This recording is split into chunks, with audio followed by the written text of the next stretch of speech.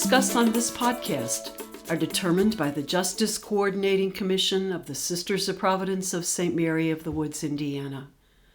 Guest opinions do not necessarily reflect those of the Sisters of Providence. To learn more, go to www.spsmw.org.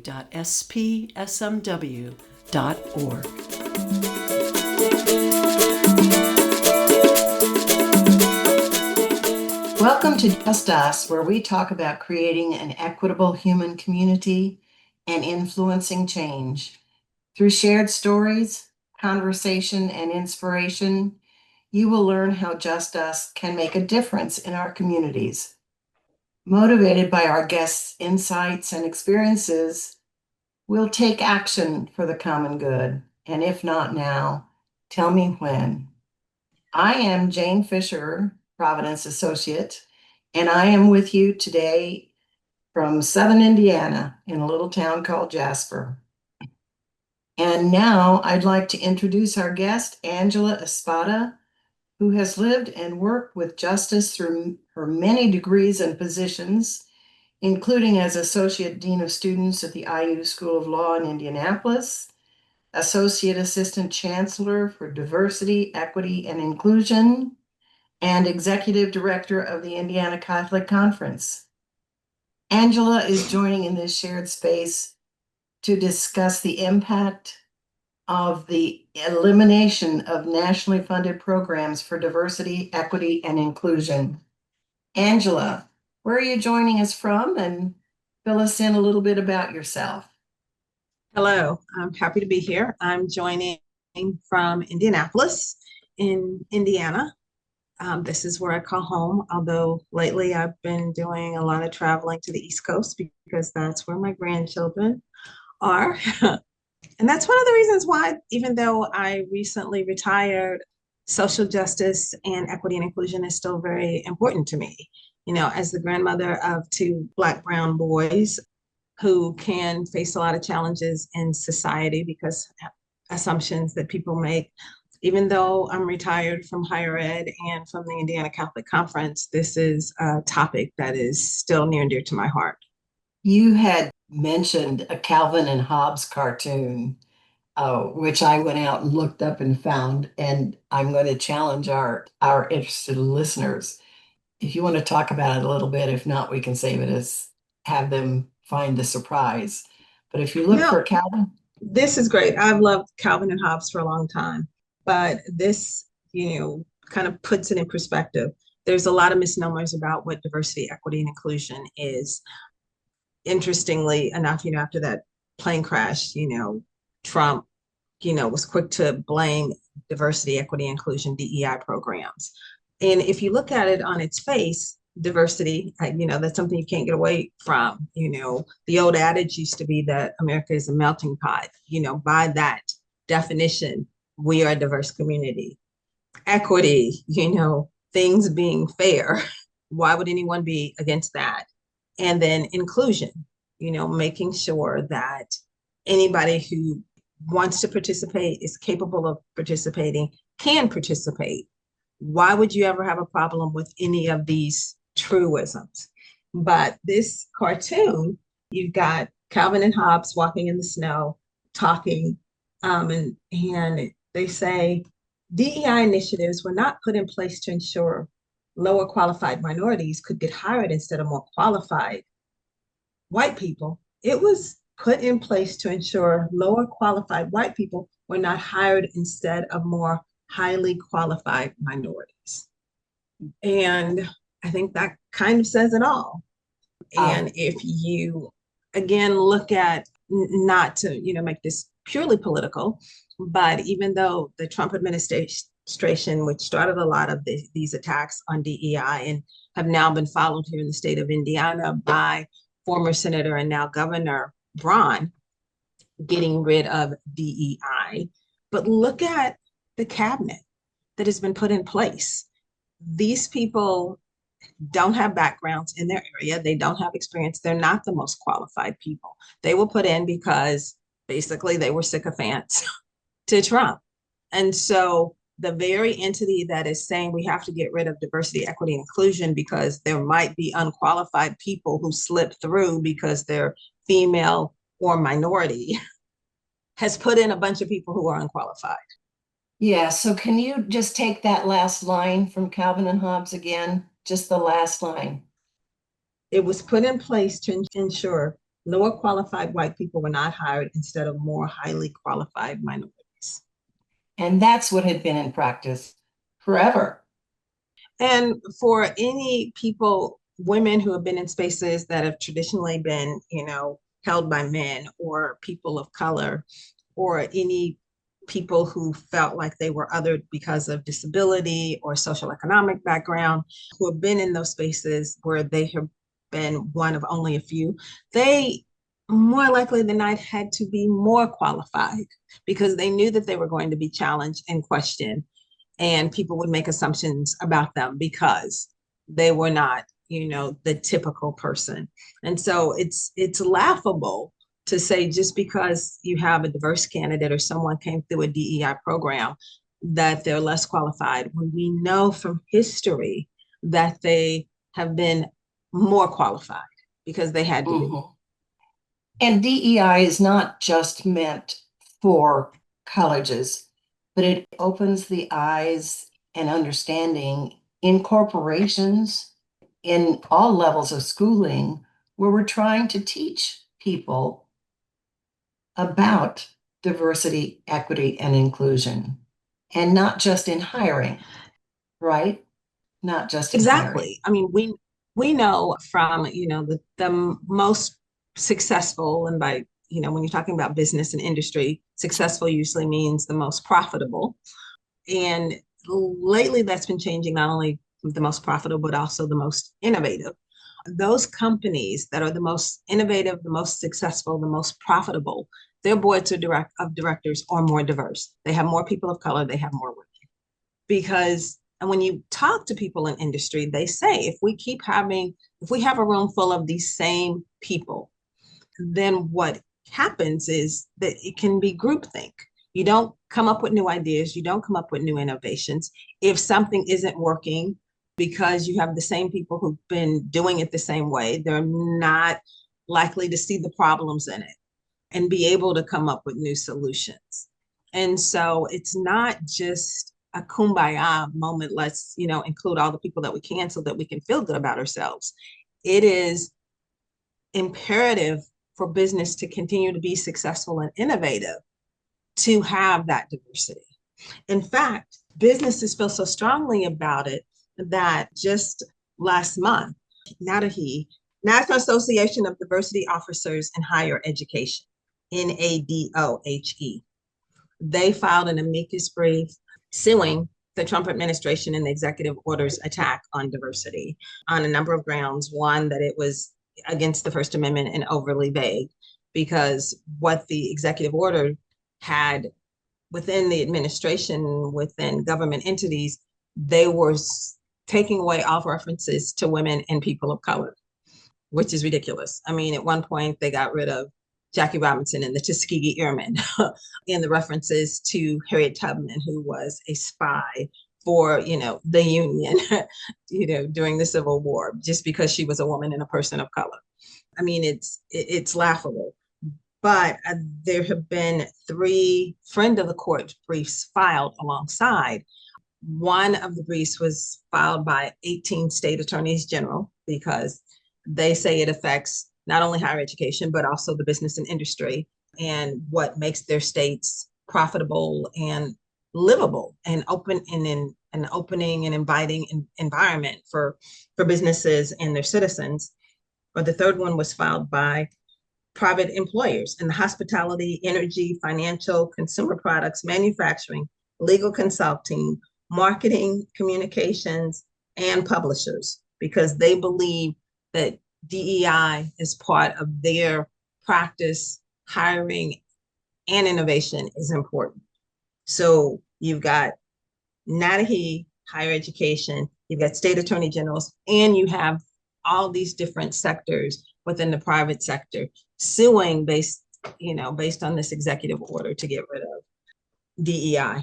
And the brief was just accepted May 25th. Just May So we're 25th. waiting to see what happens.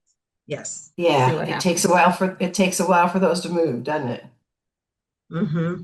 Those briefs. Oh, and then the ACLU of Maryland also joined and the Public Justice Center and the Union of Concerned Scientists, because they're saying that it will affect funding and research on critical issues to the American public and even beyond. Oh, when you were talking about groupthink also, it's good to hear about those other cases moving and the organizations. But when you were mentioning groupthink and how DEI tries to educate people so that mistakes are not made through the groupthink, where people are afraid to oppose or bring in a different idea because the majority is moving in one way. And DEI really helps people see how it's okay to be an upstander, not to be a bystander and just let things exist the way they are. I wanted to ask you, how then, if we're getting rid of DEI in every place, which includes our universities, how does that affect the students in the university, and and what other ways does it affect higher education when we eliminate DEI? Well, saying where there's a will, there's a way. If an institution or a business or entity believes that diversity, equity, and inclusion are important, they will continue to do it. They will change the name.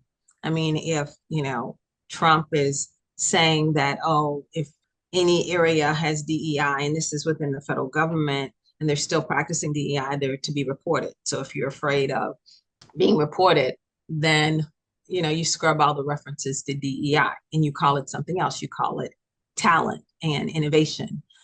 Now, unfortunately, here in the state of Indiana, Braun has changed DEI to MEI. And it's not because he still wants to embrace diversity. He's just delusional.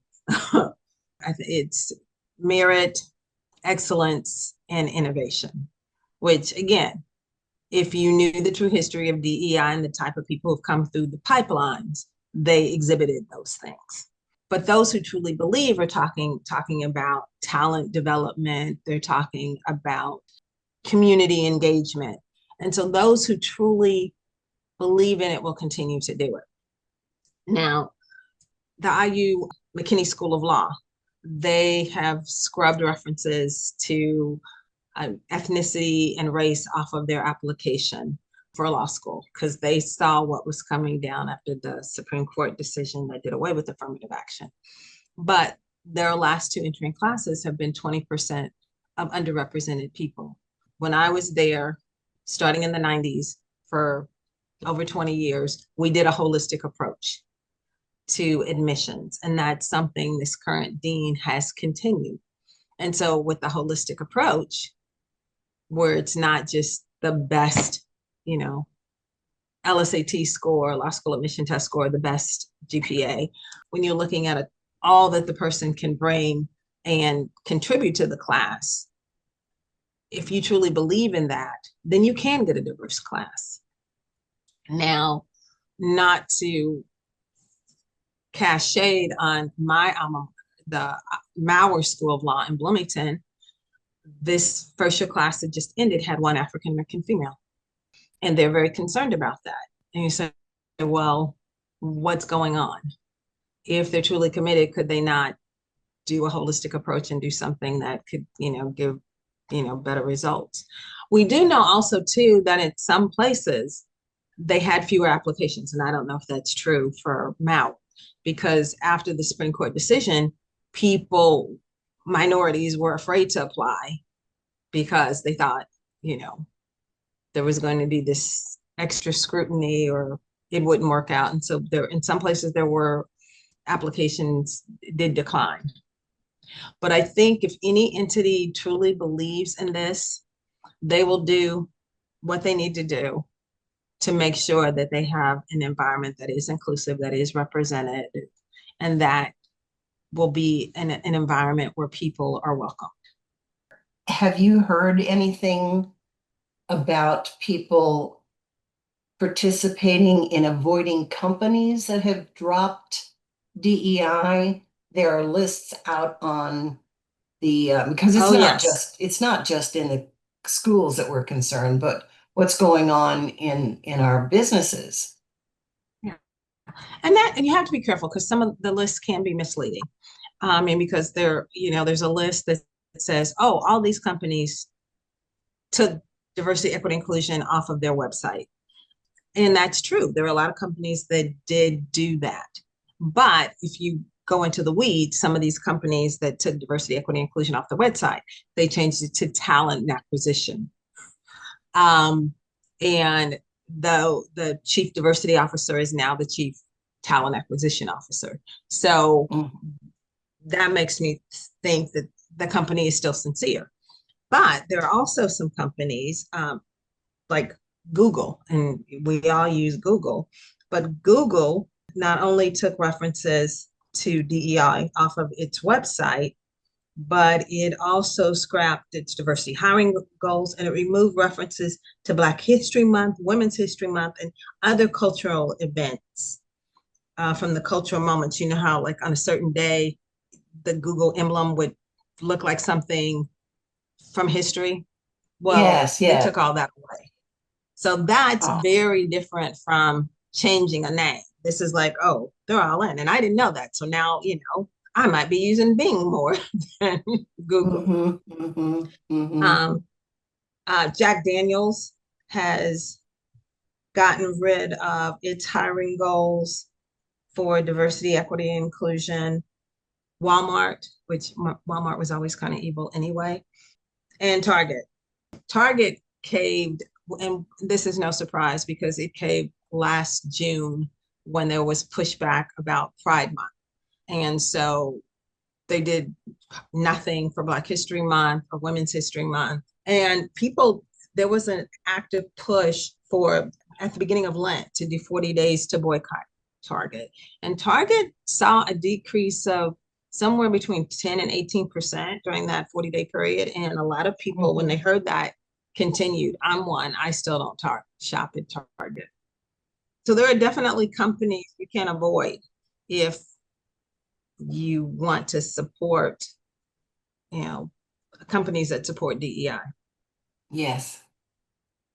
Now, also, and it goes down into our public school systems, and I would imagine also then the ones that have the vouchers and so forth. I believe that many adults get educated on topics from their children. And when children are involved in things like Black History Month, they all learn about the events and the people that we as white people never heard of. And those then become discussions around the table or in the car while the parents are moving along. How do you feel about that? Have you observed that as well? At people talking about how their kids educate them? Yeah, that's interesting. As an African American female, I always felt like, particularly being in schools that were predominantly white, that, the students of color were educating, and sometimes it got tiring. It's like, Yes. how do you not know this? And how are you not interested enough to pursue it? Because there came a point, Black History Month, where it's like, we are tired of learning about the same people. Okay. Everybody knows about Martin Luther King. There are other Black people other than Martin Luther King. And do you like Martin Luther King because you're too lazy to find other people, or do you like him because he was the pacifist? Yeah, I don't hear you talking about Malcolm X. Now, my daughter went to the international school. She was one of the original 32 students when it started back in the early 90s. And so since it was small, the parents were able, to have an influence on the curriculum. And so that was one of the things that we said early on, because it is the international schools, they need to learn about a variety of different people. And these people coming from other places need not to just get this sanitized version of American history. And so in that case, and I realized how unique that was because it was, a new school in the beginning. We did a lot of educating on Black history, American history, the US's role in South America and Central America, which was paternalistic and not always good, and Yes. giving a true version of history. And so that there was a lot of education, but not having been able to interact with other parents at other schools, I would hope that that was happening, but having grown up and attended predominantly white schools, I don't know how much, because like I said, it seems like they, tried out the same 4 or 5 safe, women doing Women's History Month or African Americans doing Black History Month. Mm-hmm. My experience has been through, first of all, let's tell our listeners that the International School was founded in Indianapolis, Indiana. And not only are those children educated on cultural, I want to make it broad, okay, but also they're immersed in foreign languages and learn about Correct. other cultures that way too. So it's a pretty, when I say immersed in, you want to explain? Back then, there was a Spanish track and a French track. And so my daughter started back then the youngest that you could start was 4 years old. And 100% was either in Spanish or French, everything. And it was that way until they got to second grade. And then it was about 80%. And then they started taking English classes and getting some vocabulary. And then about, I want to say like 5th grade, then they took math and English. And then when they got to 6th grade, then they picked up the second language. But again, the primary language was either the French or the Spanish. And at that point in time, over 60% of the kids had at least one parent who was born outside of the US. Mm-hmm. And so that brought a different dynamic to the school and the environment. And so the kids had, instead of a bigger deal, like when I was in school, there was track and field, like we had an international festival day. And the kids were encouraged to, pick a country and represent it. And again, because like I said, 60% of the kids had one parent born outside the US, then usually they would pick that country and bring food or talk about native dress, or try to teach some of their classmates, some words in that language. If it wasn't French or Spanish or at the time, then Chinese was being added. So it was a very different experience. Yes, and I saw, now my sister taught in public schools and in high schools and junior high, and they were very involved in diversity, equity, inclusion, we'll call that, in their curriculum. And I also had experience with a Catholic school in Indianapolis, and same thing. So I'm very concerned that not only at the higher education level and the corporate level, the schools also often follow what's going on in the world, and the schools are going to be losing funding as well. So I think our younger people are going to be hit with it as well. Yeah. But the thing that makes me hopeful is, well, there's a couple of things. We have lived through crazy times before, so we'll get through these. And before there was affirmative action, before there was diversity, equity, inclusion programs and making people aware, there were people who in their core knew that it was wrong to exclude qualified women because, she wanted to be an astronaut, and all they'd ever seen were male astronauts. So there've always been good people who know what is right. And I think there's still enough of them, despite, the craziness that goes on at higher levels, that will continue to do what needs to be done. And we just have to stay vigilant. I also think that young people have seen inclusion. They've seen, they have friends who are LGBTQ, They have blended families. They have friends who might have two moms or two dads. And I don't think the next couple of generations are going to put up with this crap, you know? And so I'm optimistic, but I know that we can't just leave it to chance. We have to be vigilant. We have to resist. We have to be heard. If that means boycotting some of these companies. Oh, and two other ones that, people give way too much business to, Starbucks and McDonald's. They got rid of their diversity initiative, their scholarship programs. And so think about that when you're spending your money. These companies who don't believe in you. I used to give talks to help prepare kids for the next step to persist through graduation from high school and think about life beyond going into college. And if I was still giving those talks, I would tell parents, if you have a Black, brown boy or girl, or a daughter who's interested in the sciences and they're looking at a college that has cut their diversity, equity, and inclusion programs, don't send them your talented child. Send your talented kid to a school that still is willing to fight against the system and say that diversity, equity, and inclusion matters. So there are ways to resist, and people should do it. I can hear your enthusiasm and your passion about that. And it comes through. It really does. Are there other things we could do in our communities to help promote I think stay aware. I mean, it's really, and I'm guilty of this. I walk past the TV and I see the news and they're saying something ridiculous. And I ask myself a question. I say, will this improve my quality of life today if I stop and listen to it? And if the answer is no, I'll turn it off. But there comes a point where you have to stay informed.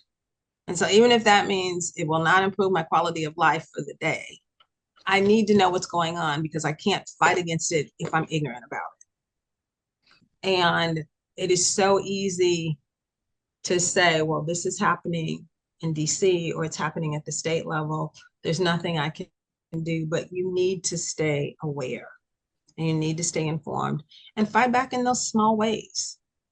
And for some people, calling your representative, senator, telling them that you don't like what's going on, because they take track. They might send an automated response, but they do get concerned when they get over a certain number of phone calls or emails on a particular issue. They track it for a reason. Yes, and I learned we don't have to call just one time. We can call repeatedly. Oh, yes. We must call repeatedly. Yeah. And if you don't know how to call or who to call, that is one thing. You don't have to be Catholic, but the Indiana Catholic Conference, they make it very easy. You can put in your zip code and they can give you all the information of who your person is and how to get in contact with them. And on some of the things that we've been talking about, some issues, they even have responses already made. It's www.indianacc.org. And again, you do not have to be Catholic to, take advantage of getting the information of how you can contact, or track a bill. The session in Indiana is now over. It will start up again in January, but they do have information on how to contact your state and local people, as well as federal. I'm sorry. Yes, yes. Well, thank you, Angela Espada, for sharing all of this with us today. I learned a lot. You JUSTus listeners here, I thank you for sharing the time and space with us today, too. We hope you are inspired and have learned from Angela, and we hope you're now ready to make a difference within your own community. If not now, tell me when. And we hope you have enjoyed this episode and will share it with others. Please leave your comments at www.spsmw.org. JUSTus is a production of the Sisters of Providence of St. Mary of the Woods, Indiana. I'm one of the producers with Susie Ray. Our associate producers are Dr. Perlette Springer, Sister Barbara Batista, and Sister Emily Tacosti. Please share our podcast with your family and friends. We'll talk with you soon.